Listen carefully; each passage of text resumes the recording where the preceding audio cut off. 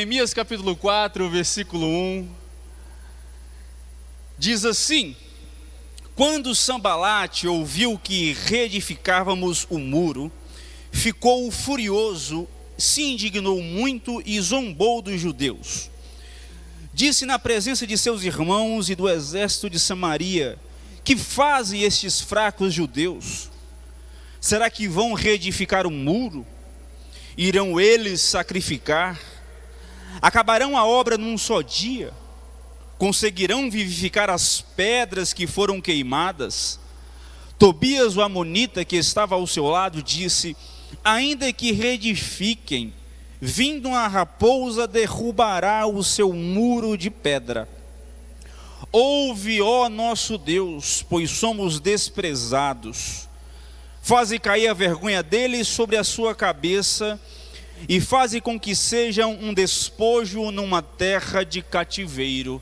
Amém e amém. O versículo 5: não cubras a sua iniquidade, nem se risque de diante de ti o seu pecado, pois te provocaram a ira na presença dos edificadores. Amém e amém. Pode tomar seu assento aqueles que levantaram, em nome de Jesus.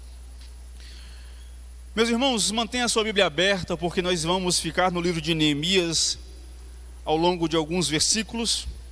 Neemias, ele foi contemporâneo do seu colega de trabalho e ministério chamado Esdras. Eles viveram num tempo chamado pós-exílio, a qual também viveram junto com eles Ageu, Zacarias, entre outros profetas menores. Neemias, ele era o copeiro na corte do rei da Síria, Artaxerxes Longímano, no ano de 445 a.C.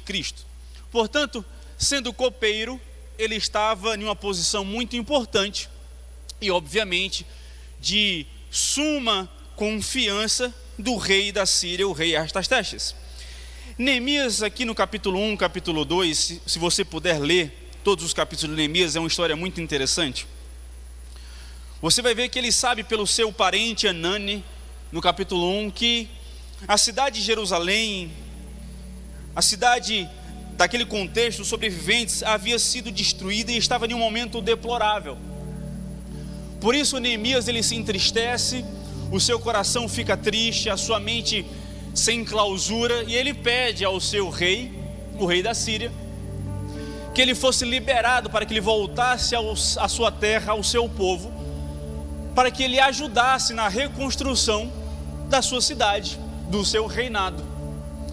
Portanto, o seu rei, o rei da Síria, alguém que não cria no rei dos judeus, que não cria no Deus dos judeus, ele libera Neemias com a missão de ver a sua terra e reconstruir a sua terra, o seu reinado, a sua cidade. Não obstante, o rei da Síria, ele deu cartas a Neemias para que, ao longo da sua jornada, da capital da Síria até Judá, que ele pudesse, em cada província que pertencesse ao reino da Síria, ele, com a carta de autorização do seu rei, do rei da Síria, ele pegasse provimentos, pegasse tudo aquilo que fosse necessário para a reconstrução da cidade, todo tipo de suprimento para essa empreitada. Porém, no contexto de Neemias, ele foi acometido de 3 opositores: Sanbalate, Tobias e Gesem. É com tristeza que eu falo que ainda em nosso tempo existem Sanbalates, Tobias e Gesems, tanto no meio de nós, porque faziam parte do reino da Síria, ao qual respondia o rei que liberou o próprio Neemias, como também distante de nós sempre existem pessoas que se opunham ao nosso ministério, à nossa vida, ao nosso chamado. Sanbalate era horonita de Horonaim, em Moabe, descendente da relação incestuosa de Ló com a sua filha mais velha, Gênesis 19, versículo 37. Sanbalate era governador da província de Samaria, no nosso contexto que estamos falando, no contexto de Neemias. Tobias era amonita, descendente de Amon. da relação incestuosa de Ló com a sua filha mais nova. Gênesis capítulo 19, versículo 38. Tobias servia como chefe do exército do rei da Síria, Artaxerxes. E Gesem, chamado de o Arábio, que era tido como um líder entre os árabes. Portanto, esses três eram os opositores da empreitada de Neemias na reconstrução do seu reino. Três opositores que nós podemos entender e a partir dessa oposição compreender estratégias de Satanás para impedir o desenvolvimento da nossa vida, do nosso chamado, da nossa igreja e do nosso ministério, em particular aqui em Feira de Santana. Estratégias e coisas que Satanás ele coloca em nossa frente para desanimar a nossa vontade, o nosso ímpeto, para estragar a nossa visão, para estragar o nosso sonho, para destruir aquilo que nós acreditamos e temos como objetivo da nossa vida. Obviamente, todos nós aqui já passamos pelo momento onde temos certeza de tudo aquilo que Deus tem para nós. E não se passa nem 24 horas e temos toda a dúvida do mundo sobre aquilo que Deus tem para nós. Passamos a questionar o nosso chamado, passamos a questionar quem somos, passamos a questionar se de fato vale a pena acreditar naquilo que acreditamos, passamos a questionar se de fato nós temos algum sentido ou estamos completamente loucos em nossa empreitada. Enquanto eu estudava essa mensagem e esmiuçava ela para que eu pudesse trazer a vocês, eu falei assim: se essa mensagem não for para ninguém essa noite, no mínimo eu fui chamado para pregar para mim durante esses dias. Porque aquilo que Neemias sofreu, eu digo a vocês, muitos de nós estamos vivendo, ou já passamos por isso, ou seremos acometidos por essas sensações e estratégias de Satanás contra a nossa vida. Portanto, por isso é importante nesta noite que possamos compreender com atenção a palavra do Senhor, porque eu tenho para mim que nem eu nem você viemos para cá para um momento social onde viemos bater o ponto do culto do céu, tiramos a nossa ficha, colocamos no quadro de horários e domingo que vem vamos voltar e bater mais um ponto novamente. O objetivo desta noite é conjuntamente, nós como igreja, crescermos, aprendermos e desenvolvermos através da palavra e na presença de Deus. Amém? Portanto, o primeiro ponto que eu quero falar com você é que a primeira estratégia de Satanás para te parar, para nos parar, tanto como pessoas, indivíduos, como igreja, é o desânimo. O capítulo 4 de Neemias que nós lemos é um capítulo de contrastes, porque nós temos agora o incrédulo que ridiculariza, e nós temos o fiel que ora. Nós temos o incrédulo que humilha, e nós temos o fiel que planeja, que sonha, que tem um sentimento que está sendo desenvolvido em seu coração por amor ao seu povo, à sua casa. Nós temos aqui um incrédulo que ameaça, que zomba, que diminui, e nós temos um fiel que está completamente se entregando ao Senhor para se ajuntar com quem encontrar em sua frente para reedificar a sua casa. Veja que nós temos um governador, nós temos um líder dos árabes, nós temos um chefe de exército com aparatos, com maturidade, com força, contra um copeiro, contra alguém que, na verdade, se formos resumir, é somente alguém que pega o copo do rei, toma a bebida primeiro, se não morre, o rei toma em seguida. Ele não guerreia, ele não administra guerras, ele não administra exército, muito menos é um construtor, mas é somente um servo leal a Deus, que tem amor pela sua casa e pelo seu chamado. Isso fala muito sobre nós, que muitas vezes nos diminuímos, porque temos em nossa frente pessoas com maturidade, com poder, com poderio, e nós somos pessoas simples, que não temos tanta força em frente à zombaria contra nós, mas Deus apenas precisa de pessoas fiéis em sua presença, com vontade de resgatar a sua casa. Veja, aqui nós temos um momento onde Sambalate, Tobias e Gesem, eles zombam do povo de Deus por conta do sonho de reconstruir a sua cidade, reconstruir os seus muros. Sambalate, ele de maneira espontânea e exteriorizando, ele fala: ele será permitido fazer isso? Eles sacrificarão novamente qualquer coisa? Eles prestarão culto? Eles serão capazes de terminar a obra toda em um só dia? Eles serão capazes de renascer diante de pó e pedra e levantar uma cidade em meio disso? Em outras palavras, a igreja será capaz de se levantar novamente? Vocês serão capazes de levantar depois da queda que vocês sofreram? Você acha que essa pancada que você sofreu na vida, você será capaz novamente de prestar culto ao Senhor? Isso é o mundo gritando aos nossos ouvidos, gritando ao seu ouvido, gritando ao meu ouvido. E muitas vezes nós somos acometidos pelo desânimo, porque não acreditamos em nosso potencial em Deus, mas ouvimos a voz do inimigo que somente quer zombar e humilhar da nossa vida. E veja que esse é o contexto de Neemias. Aqui, enquanto Sambalate, Tobias e Gesem, eles não acreditavam, porque apenas viam o óbvio, pó e pedra, e um homem sozinho. Neemias, ele via aquilo que ele sonhava, uma cidade reconstruída. Isso é muito complicado em nosso meio hoje, porque é muito mais tranquilo falar sobre isso lendo a Bíblia, porque Neemias conseguiu reconstruir. Com muita luta ele construiu a sua cidade e reconstruiu aquilo pelo qual ele foi chamado. Mas e nós? Quando muitas vezes temos uma visão de algo que ninguém vê, ninguém acredita, ninguém põe em fé e na verdade nos coloca para baixo. E quando nós estamos em meio a pó e pedra e ninguém vê o que nós estamos sonhando, porque ninguém acredita em nossa vontade, em nosso chamado, em nossa fé em Deus.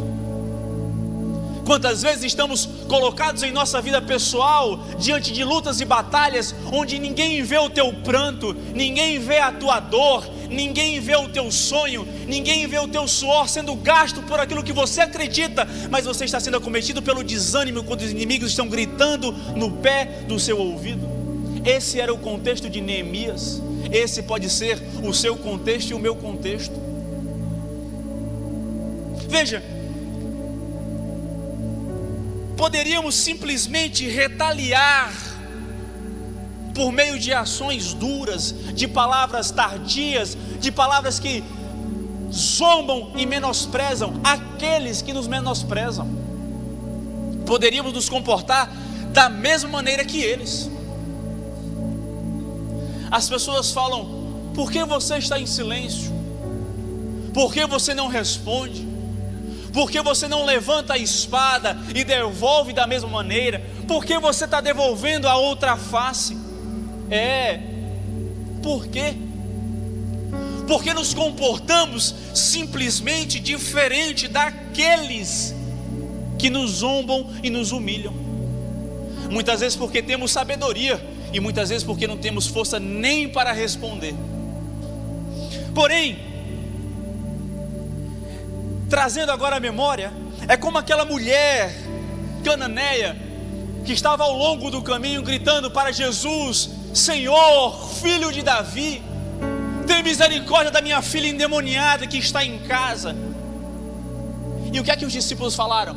Ei, Jesus, manda ela embora, ela está gritando demais, ela está incomodando aqueles que te seguem. Muitas vezes nós temos pessoas que, em vez de nos colocar para cima, em vez de nos colocar para perto de Cristo, pessoas que pseudo estão próximos a Deus, estão dizendo assim: ei, cala a boca, está incomodando. A mulher estava com a filha endemoniada em casa, e os discípulos de Jesus estavam dizendo assim: Senhor, manda que ela vá embora, porque ela está incomodando. Só que aquela mulher, ela fez aquilo que muitas vezes não fazemos. Ela continuou reconhecendo quem Jesus era. Ei, Senhor, Filho de Davi, tem misericórdia de mim e da minha filha. Aquela mulher que não era judia, era gentílica, ela reconheceu em Jesus a sua característica messiânica. Ela estava com uma filha endemoniada. Ela tinha os discípulos colocando ela contra a multidão. Ela tinha os discípulos a afastando de Jesus, mas mesmo assim, sendo acometida pelo desânimo, ela não deixou de reconhecer quem Jesus era. Assim somos nós, porque ela veio e o adorou e disse: socorre-me, tem misericórdia. E Jesus fala: porventura não vim senão para a casa de Israel. Posso eu dar o pão aos cachorrinhos? Jesus, ele continua testando a fé daquela mulher. E a mulher fala: os cachorrinhos comem daquilo que cai da mesa dos seus donos. O que a mulher estava dizendo é: eu não preciso de tudo, eu só preciso daquilo que é suficiente, que provém de ti. Eu posso estar com a filha endemoniada, eu posso estar desanimada, eu posso estar lutando contra tudo e todos, eu posso estar tentando enfrentar a multidão, mas eu só preciso daquilo que cai da mesa. Imagine Neemias vendo todo aquele aparato contra ele, e ele só precisava dizer assim: eu só preciso de um pouco. Eu só preciso de um pouco. Veja, Neemias no versículo 4 e versículo 6 do capítulo que lemos, ele fala assim: ouve, ó nosso Deus, pois somos desprezados.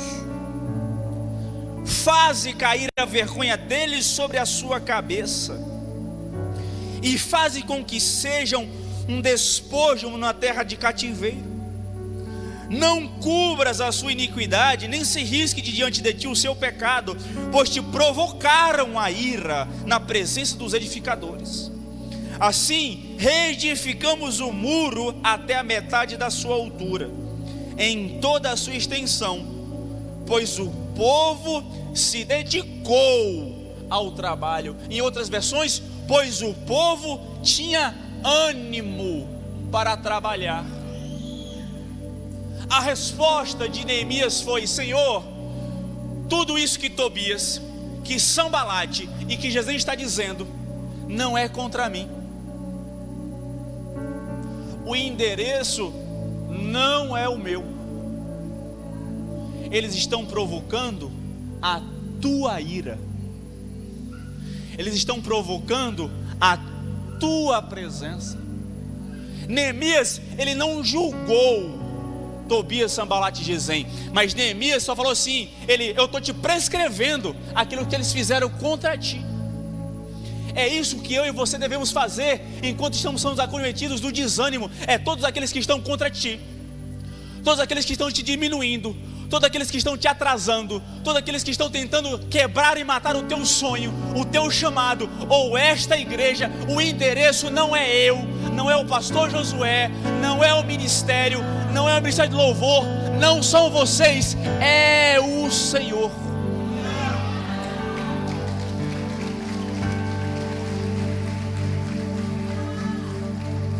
Por que eu estou falando isso?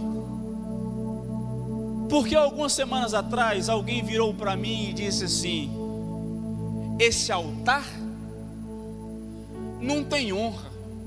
Eu falei: tranquilo, o altar não é meu, é do Senhor.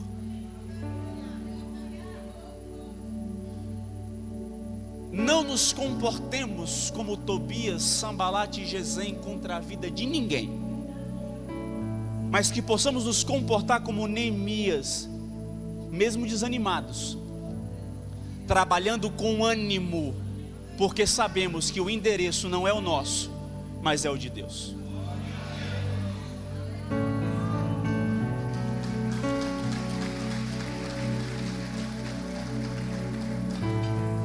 A segunda estratégia de Satanás para te impedir de desenvolver e crescer contra o teu chamado é o medo.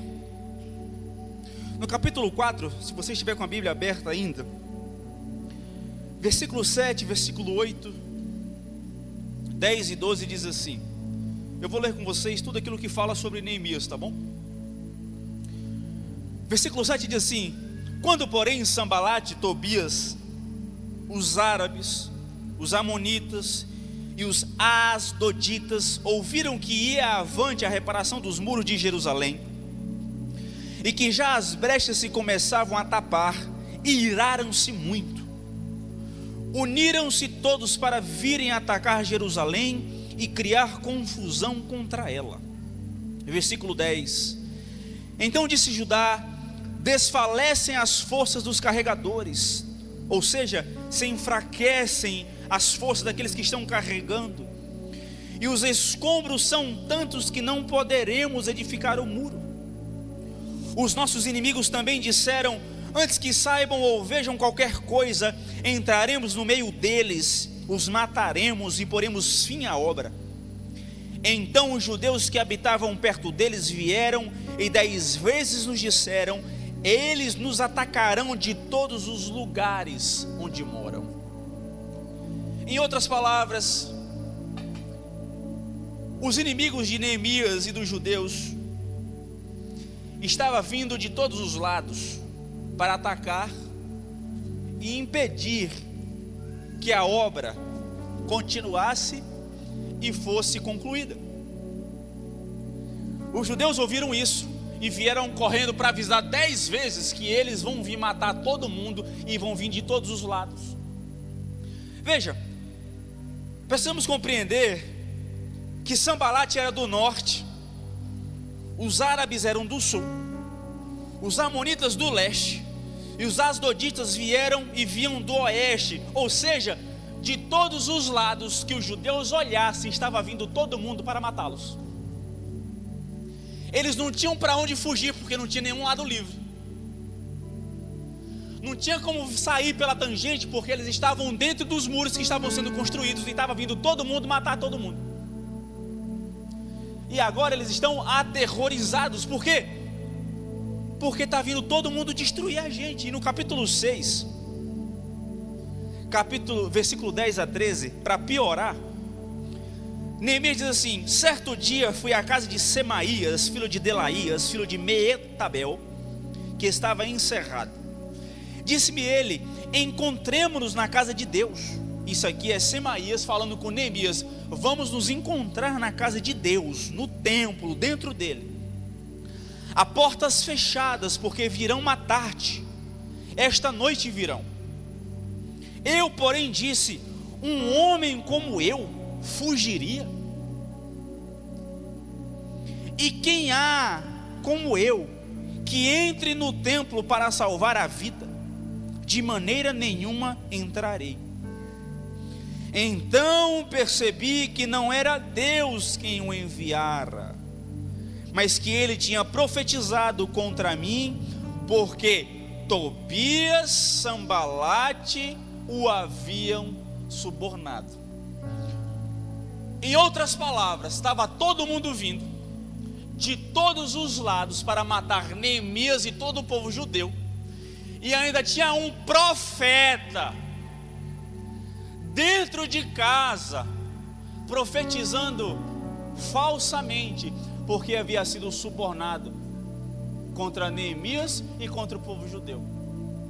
Ou seja, dentro de casa e fora dela estava tudo perdido, porque não tinha para onde fugir. Os de casa estavam contra mim e os de fora estavam vindo me matar. O que é que a gente faz a não ser acometido pelo medo? Imagine eu e você quando olhamos para todos os lados e vemos tudo ao avesso. Não temos perspectiva para nada. Os inimigos estão te caluniando, estão te menosprezando, estão planejando te matar, seja matar fisicamente, ou seja matar o teu ministério, matar o teu chamado, matar a tua família, matar tudo aquilo que você acredita, seja qualquer maneira te destruir. E aí você diz assim: Senhor, manda um profeta, porque eu preciso escutar a tua voz. Aí você vai e busca um profeta, porque você crê que o profeta é usado por Deus. Aí vem um profeta profetizando contra a tua vida. O que é que você faz? Qual é a resposta que nós devemos ter diante de Deus quando tudo e todos estão contra nós? E nós só temos o medo como companhia da nossa solidão. Porque muitas vezes nós temos contra tudo e contra todos, contra nós, e nós achamos de procurar um profeta em vez de nos escondermos na presença de Deus.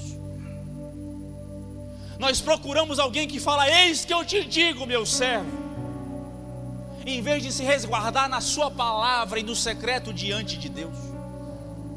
Somos a geração que ou se agrada com qualquer coisa, ou só se agrada com aquilo que vem da boca do outro, mas não coloca a boca no pó diante de Deus.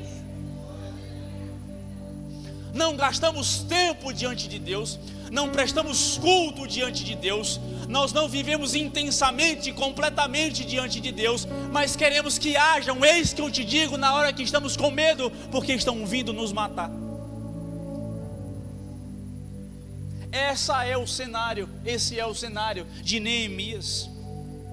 A resposta de Neemias está no capítulo 4, versículo 9, versículo 13, 14 e versículo 23, que diz assim: porém, oramos ao nosso Deus, e como proteção pusemos guarda contra eles de dia e de noite. Ou seja, nós colocamos a nossa vida diante de Deus e estamos preparados para lutar contra eles se for necessário.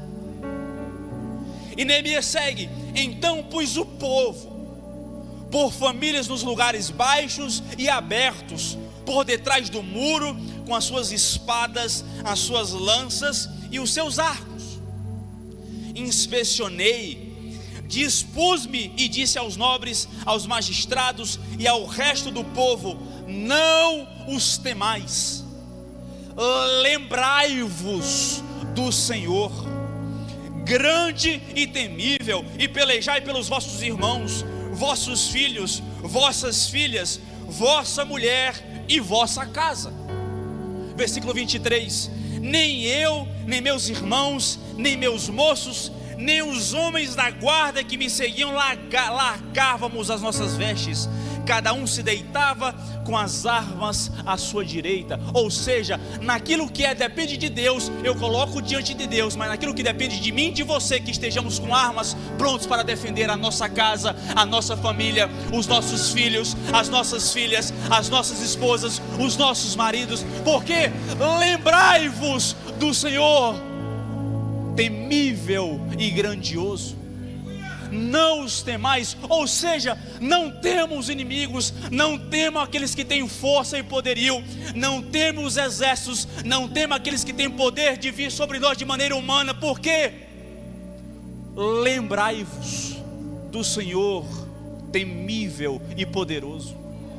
Em outras palavras, não existe poder que não seja derrubado pelo poder de Deus sobre nossa vida. Eu não sei você, mas Neemias não era adepto da filosofia: será que não vamos simplesmente nos dar bem sem fazer nada?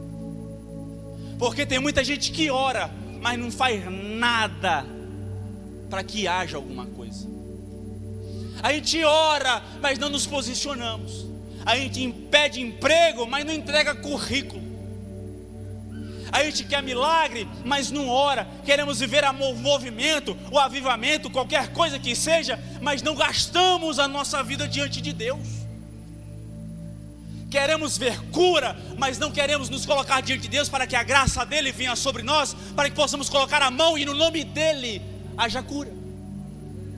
Queremos ver cego ver, mudo falar, surdo ouvir, paralítico andar, morto viver a vida, mas não temos o tempo gasto diante de Deus, nos posicionando como homens e mulheres que honram o seu nome.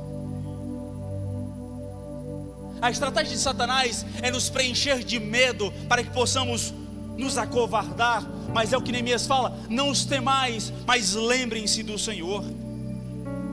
Paulo fala aos Efésios capítulo 6, versículo 10 a 18, é um texto muito conhecido e quero ler com você: quanto mais, irmãos, sede fortalecidos no Senhor e na força do seu poder. Ou seja, não é em nós e não é por nossa força.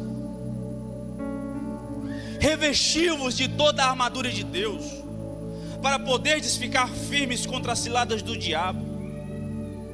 Porque a nossa luta não é contra o sangue e a carne, e sim contra os principados e potestades, contra os dominadores deste mundo tenebroso, contra as forças espirituais do mal nas regiões celestes. Portanto, tomai toda a armadura de quem? De quem? Não é minha essa armadura, nem a sua armadura, é de Deus. Paulo continua: para que possais resistir no dia mau, e depois de teres vencido tudo, permanecer inabalável. Estais, pois, firmes, cingindo-vos com a verdade e vestindo-vos com a couraça da justiça.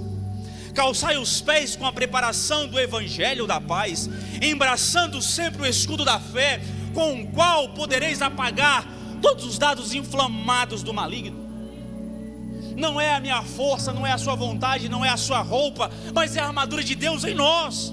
Tomai também o capacete da salvação e a espada do Espírito, que é a palavra de Deus.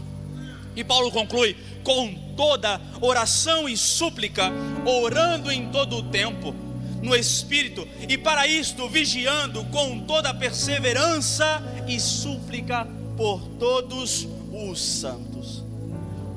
Orai sem cessar em todo o tempo, não é você ficar de joelho o tempo inteiro orando, mas é simplesmente quando você está no trabalho, na faculdade, na rua, em casa, no carro, trabalhando, se divertindo, sociabilizando, brincando com o teu filho. É em todo o tempo orai sem cessar. Em todo o tempo esteja orando em espírito. É gastar tempo em sua mente diante de Deus. Portanto, eu te pergunto: o que é que você tem gastado o tempo da sua mente? Onde é que você tem gastado o tempo daquilo que você pensa?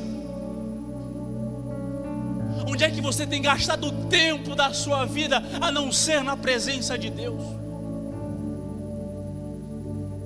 Veja, Paulo descreveu aqui tudo aquilo que é a sua armadura. Por quê? Porque não provém dele, não provém de nós, mas provém de Deus. E veja, é Deus quem as forjou, e é Ele que as dá. Porque em nenhum instante o homem é capaz de usar efetivamente, de trabalhar efetivamente, senão pelo poder de Deus. O poder de Deus, nós muitas vezes duvidamos dele, e eu me incluo. Porque nós vemos os inimigos se levantando, nós vemos calúnias, nós ouvimos difamações, nós vemos pessoas perseverando contra nós, planejando contra a nossa família, planejando contra a nossa casa, planejando contra a igreja. E eu não vejo sentido, porque não é o mundo, mas é aqueles que se dizem irmãos nossos. E eu fico dizendo a Deus: cadê o teu poder? Cadê a tua resposta? Cadê a tua justiça? E aí o texto, por isso que eu falei que a palavra me responde, a palavra nos responde. Por quê? Porque o Senhor Deus é poderoso em sua onipotência e sua infinitude. Ei, Deus criou os céus e a terra, fez os montes tremerem, as rochas se fundirem, o Jordão se abriu, se esmiuçou os cedros. Eu lembro do seu diálogo com Jó. Ei, Jó, onde tu estava quando eu lancei os fundamentos da terra? Onde tu estavas quando eu medi os fundamentos e a base queria recebê-los? Onde tu estavas quando eu falei: aqui o mar se encerra e suas ondas se quebram? Ô Jó, onde é que tu estava e onde tu está quando os trovões vêm e se apresentam diante de mim? Eis-me aqui. Ei, Jó, quem alimenta a ursa? Ei, Jó, tu entraste nos mananciais do mar e entrou no mais profundo abismo. Ô Jó, onde estão os depósitos da neve e os tesouros da saraiva? Ô Jó, onde é o caminho da luz e qual é a direção do vento? Ô Jó, porventura tu caça a presa da leoa? Por acaso tu alimenta os filhos do leão? Ô Jó, onde tu está? Tudo aqui é o poder de Deus sendo revelado diante de nós. Portanto, eu te digo, não importa quão poderoso é os nossos inimigos, mais poderoso é o Senhor que está conosco.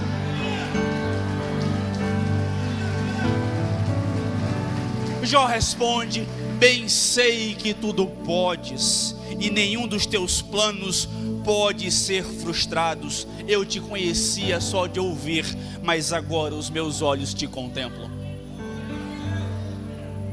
Aqueles que contemplam a presença de Deus, aqueles que contemplam diante de Deus o seu chamado, aqueles que contemplam de Deus a sua presença, não temem os inimigos, porque não importa quão alto gritem, não os temais, mas lembrai-vos do Senhor nosso Deus.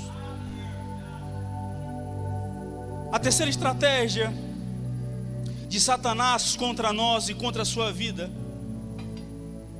é a divisão.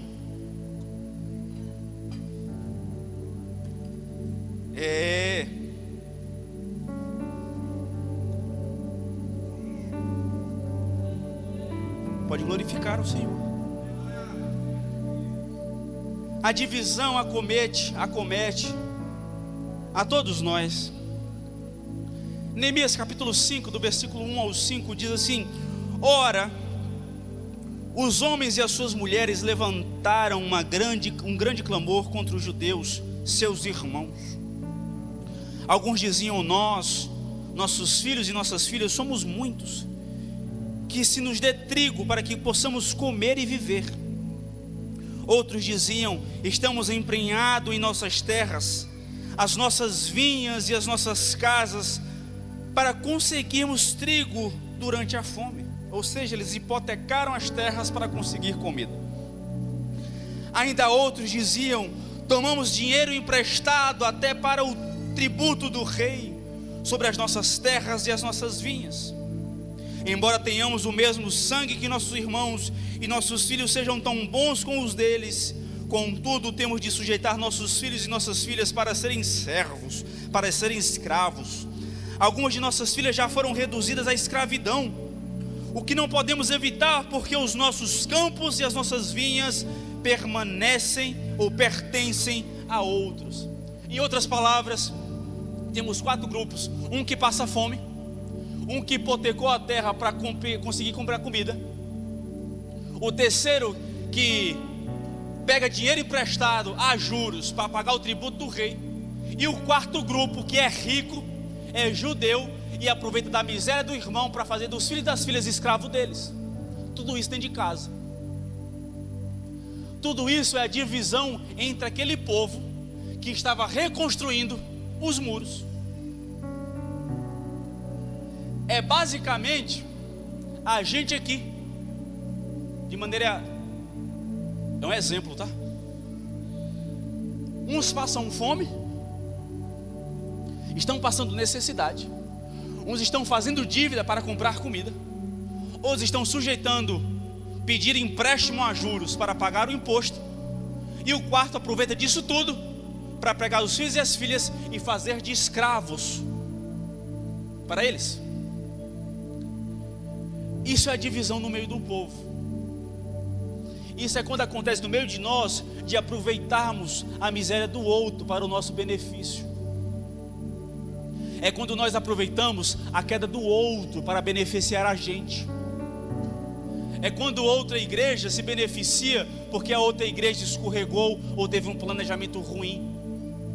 É quando a igreja aproveita para dar fraqueza para resgatar. É quando o teu familiar aproveita do teu momento ruim para te ferir.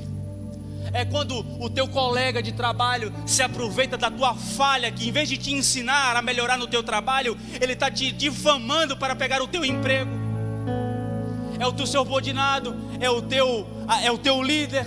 É você quando se comporta em querer descalçar o outro para você se beneficiar da miséria dele. É quando nós vamos plantando divisão em cada ato da nossa vida. Por quê? Porque queremos nos beneficiar da falha do outro. Por quê? Porque é uma oportunidade. É uma oportunidade de ganhar melhor. de crescer, de desenvolver, de fazer frente à rede social, de parecer que estamos bem, é uma oportunidade. Mas isso não passa de estarmos plantando divisão em nosso coração e em nosso meio. Eu fico perguntando e fico temendo quando chegar o dia da eternidade, o tribunal de Deus, o juízo divino, que ele apertar F5, tela cheia, apresentação, e o que é que ele vai ver dos nossos atos? Se nós dividimos enquanto deveríamos ajuntar, se nós separamos em vez de tentar agrupar, se nós jogamos e lançamos para fora aqueles que deveriam chamar para perto, se nós, em vez de ajudarmos a levantar, nós pisamos e terminamos de enterrar.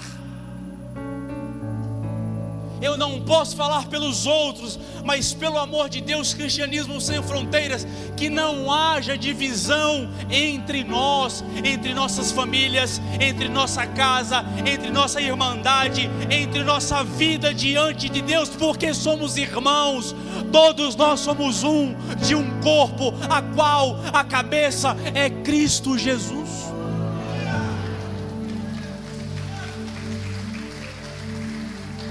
Devemos impedir toda divisão que possa haver entre nós.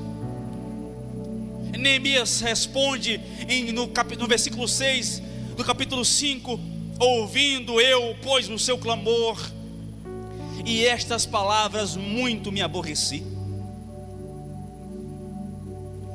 Depois de ter considerado comigo mesmo, repreendi os nobres e magistrados e lhes disse: sois usuários, cada um para com seu irmão, e convoquei contra eles um grande ajuntamento. Disse-lhes: nós resgatamos os judeus, nossos irmãos que foram vendidos aos gentios, segundo nossas posses, e vós outra vez negociareis vossos irmãos para que sejam vendidos entre vós. Então se calaram e não acharam o que responder. Disse mais: não é bom o que fazeis? Porventura não deveis andar no temor do vosso Deus? Por causa do opróbrio ou da humilhação dos gentios, os nossos inimigos. O que Neemias está falando é: o que nós estamos fazendo contra nós, meio tempo a perder com quem quer me fazer mal. Essa é a nossa resposta para os acordos e consensos. Foi o que o diabo falou para Jesus no deserto: só um pouquinho, se prostra e eu te dou tudo. Vai aparecer acordos que parecem muito bons, mas que você precisa abrir mão só de um pouquinho daquilo que você acredita. Você precisa ceder só um pouquinho daquilo que a palavra diz para não fazer. Você vai precisar ceder só um pouquinho da sua fé.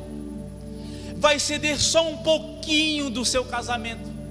Vai ceder só um pouquinho da sua honestidade. Vai parecer bonito, vai parecer lucrativo, vai parecer bom, mas se você precisa ceder, te digo, não desça para o acordo. Permaneça ocupado diante de Deus e não abra consenso para o diabo entrar na sua vida e na sua casa. Não dê brecha. Não dê brecha. Satanás não precisa de um portão para entrar na sua vida. Ele só precisa da fechadura para fazer um estrago na minha vida e na sua vida. Não desça, não faça acordo, não abra brecha, não abra consenso com aquilo que Satanás pode tragar à sua vida, à sua família, à sua casa, o seu casamento, o seu trabalho, o seu ministério, a sua vida cristã, a sua relação com Deus, a relação com sua esposa, a relação com seus filhos. Não ceda, mas permaneça fiel em todo o tempo, fazendo obra diante de Deus, porque dessa maneira, gastando a sua vida, gastando o seu tempo, gastando o seu dia, gastando o seu esforço diante de Deus, você não terá tempo para gastar com aquilo que vai te fazer mal. Essa é a resposta de Neemias para Tobias, Sambalate e Gesem: não tenho tempo, estou fazendo uma grande obra para o Senhor. E por último, e encerro, a quinta estratégia de Satanás para tragar a minha vida e a sua vida é a calúnia, a difamação, a invenção ou a falsa verdade. Capítulo 6, versículos 5 a 7 diz: então Sambalate me enviou pela quinta vez o seu moço, e ele tinha na sua mão uma carta aberta, ou seja, todo mundo que estava naquela região, todo mundo que trabalhava, todo mundo que estava na empreitada, e todo mundo que veio da origem da carta sabia o que estava contendo na carta. E de teor seguinte, abre aspas: entre as gentes se ouviu, e Gesem diz que tu e os judeus intentai revoltar-vos, por isso reedificas o muro, e segundo se diz, queres ser rei deles, e pusestes profetas para falarem a teu respeito em Jerusalém, dizendo: este é o rei em Judá. Ora, o rei Artaxerxes, o rei da Síria, aquele que te liberou, ouvirá isso. Segundo essas palavras, vem pois agora e consultemos juntos. O que os três estão dizendo é que Neemias mentiu para o rei, dizendo que queria reedificar a cidade, mas que ele queria reedificar para gerar uma revolta contra a Síria. Ele estava traindo o rei. E ainda, para piorar, o que é pior do que pecar contra outro, ele fala assim: e você está contratando profetas para profetizar entre o povo que tu és o rei deles. Você está usando do altar, você está usando da autoridade, você está usando da sua influência para profetizar entre vocês que você é o rei. Aqui eles estão dizendo e difamando e caluniando Neemias contra rei Artaxerxes e contra o Senhor Deus. Eles estão gerando calúnias e falsas verdades entre o povo sobre a vida de Neemias. Eles não conseguiram desanimar Neemias, eles não conseguiram colocar medo, eles não conseguiram fazer acordos e consensos, eles não conseguiram fazer nada que atraísse Neemias. Então, agora a última cartada: eu vou difamar, eu vou lançar falsas verdades contra você, contra esse povo, contra a sua vida, porque se eu não consigo fazer acordo, se eu não consigo te impedir pelo medo, eu falo falsas verdades contra você. Eu crio falsas verdades contra você, contra a sua família, contra o seu casamento, contra a sua casa, contra os seus filhos, contra tudo aquilo que te impede de prosseguir. Eu invento, porque se eu não te paro dessa maneira, eu faço algo que te pare, atingindo a tua honestidade, atingindo a tua hombridade, atingindo a tua humildade, atingindo o teu chamado, atingindo o teu ministério. Quando Satanás não consegue alcançar a nossa vida, ele vai começar a gerar estratégias para te impedir que você avance, para que você se sinta envergonhado na tua posição. Porque as pessoas dirão: não pode, não vale a pena, não é exemplar, não está vendo? Olha o que estão dizendo. Olha as fofocas que estão sendo construídas sobre você e sobre sua vida, que você sabe que você não fez, que você sabe que você não plantou, mas você está colhendo falsas verdades.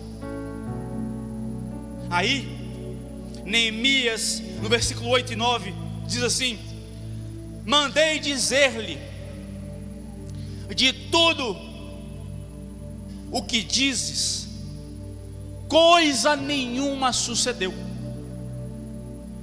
Tu, do teu coração, é o que inventas. Versículo 9: porque todos que eles procuravam atemorizar-nos, dizendo: as suas mãos largarão a obra e não se efetuará. Agora, pois, ó Deus, fortalece as minhas mãos. Michel de louvor já pode subir. O que Neemias está dizendo é: o que vocês estão falando, o que vocês estão falando, provém do coração de vocês, pois eu não fiz. Deus sabe o meu coração que eu não fiz. O rei sabe que eu não fiz. O povo sabe que eu não fiz. Agora eu só peço a Deus que Ele fortaleça. Para quê? Para que eu continue aquilo pelo qual eu fui chamado: reconstruir a cidade, reconstruir os muros, levantar aquilo pelo qual eu fui chamado. Ou seja, quando te caluniarem, quando te ofenderem, quando tentarem te parar com falsas verdades, a sua oração deve ser somente essa: ó Deus, Tu sabes que eu não fiz. Fortalece as minhas mãos para que eu possa continuar a fazer aquilo pelo qual eu fui chamado. A minha resposta e a sua resposta não deve ser voltar contra aqueles que falam, mas simplesmente nos entregarmos diante de Deus em verdade, com o coração quebrantado, contrito diante de Deus, pedindo graça, misericórdia e dizendo: fortalece a minha vida, fortalece a minha casa, fortalece a minha família, fortalece o meu casamento, fortalece os meus filhos, fortalece os meus irmãos, fortalece a minha igreja, fortalece a minha comunidade, fortalece aqueles que estão comigo, fortalece para que eu possa continuar a fazer aquilo pelo qual o Senhor me chamou. Se coloque de pé em nome de Jesus. E para concluir, deixo somente um versículo com vocês e nós oramos. Paulo ao 2 Coríntios capítulo 13 versículo 8 diz assim: porque nada podemos contra a verdade, senão em favor da verdade. Assim nós oramos em nome de Jesus. Senhor Deus, Pai que estás nos céus, estamos em Tua presença, Pai, para Te louvar, Te engrandecer e Te agradecer pelo privilégio, Senhor, de sermos Teu povo, de sermos família diante de Ti, de sermos Teus filhos, Teus servos. Senhor, pela Tua graça e misericórdia, somos chamados para fazer a Tua grande obra, Pai. Chamados, Senhor, para cumprir a Tua vontade, cumprir o Teu planejamento, cumprir o Teu chamado e o Teu ministério sobre nossas vidas.